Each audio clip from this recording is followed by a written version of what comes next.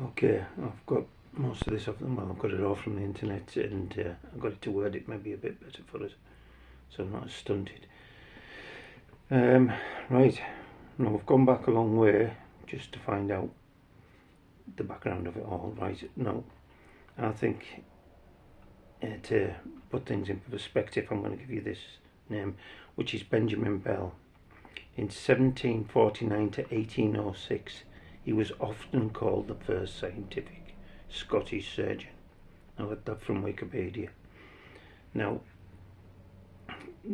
I'm looking at this more, it's not family related as it's like a concept, you know, it's just schools and education and everything. But, right, basically, with the anatomy students and everything, it's, I've got it to write it for us.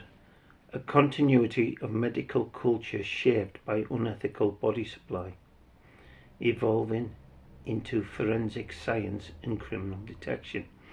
Now, Benjamin Bell was the great uncle of a man called Joseph Bell.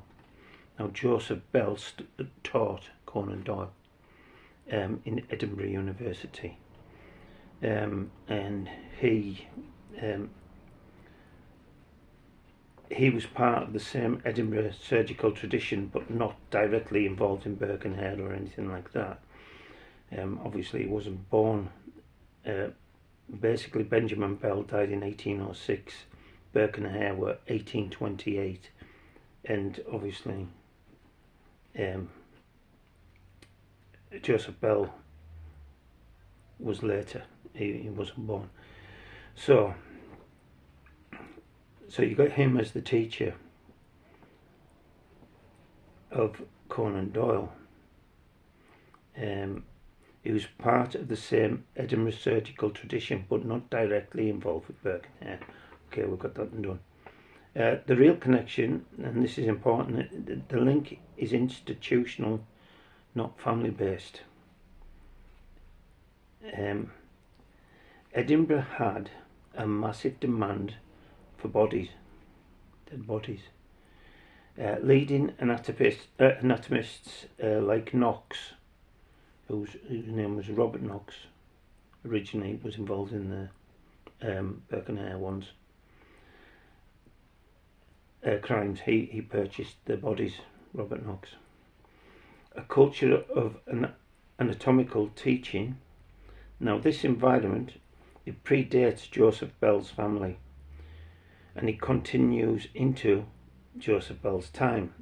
This shapes the training of Arthur Conan Doyle. He's really into forensics, so, and you can see that in his books, his little ways. So, the internet also done me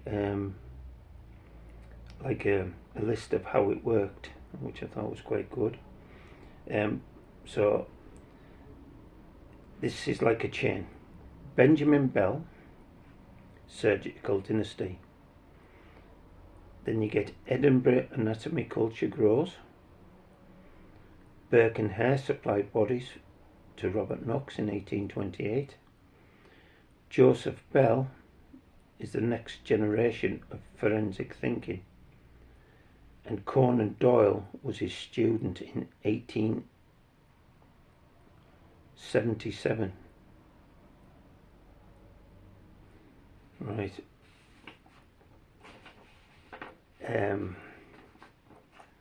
So it's like a bit of a concept. So this I'm reading what it's saying because I thought it was quite good. They had the same medical dynasty, the same city, which was Edinburgh, same anatomical culture shaped by corpse supply issues. So there wasn't enough people dying at the time.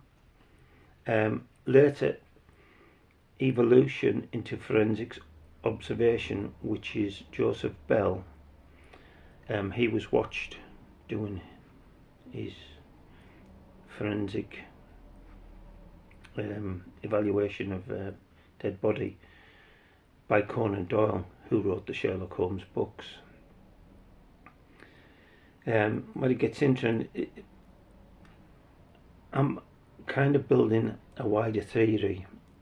It's not his uncle that was involved, it's how the structure worked in them days of yeah, it's basically back to bodies, dead bodies, and how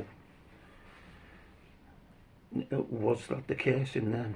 Well, you've got to remember, everything I'm doing is theoretical. It's just my theory on what's happened. Everybody else has had a go at it, so I'm just having a go at it myself.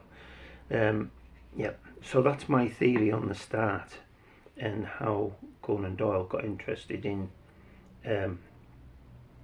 like a forensic style look at a dead body that was in an accident or a murder situation or anything, because he followed Bell on that interest.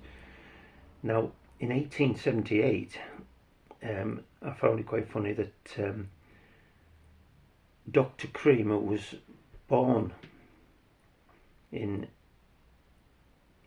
Scotland, but immigrated to Canada, and he got all his qualifications in Canada, but he'd come to Scotland, Edinburgh, to get a little bit of more qualification or certificates to say he could do things in this country or whatever. Now, Dr. Cream was in 1878. He was in Edinburgh. So was Conan Doyle, and so was Joseph Bell. There's nothing to say they ever met each other, but I just thought I'd put that in. Now, the reason I've put it in is Dr. Cream, when he was executed because he was hung in London for being the Lambeth poisoner. Now, just before he dropped, he says, "I'm Jack."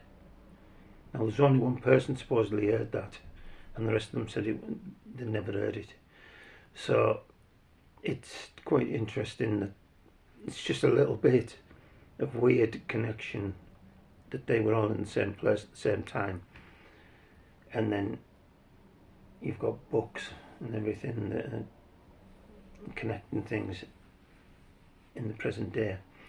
Now, another thing that I would like to sort of like put into this is that I couldn't find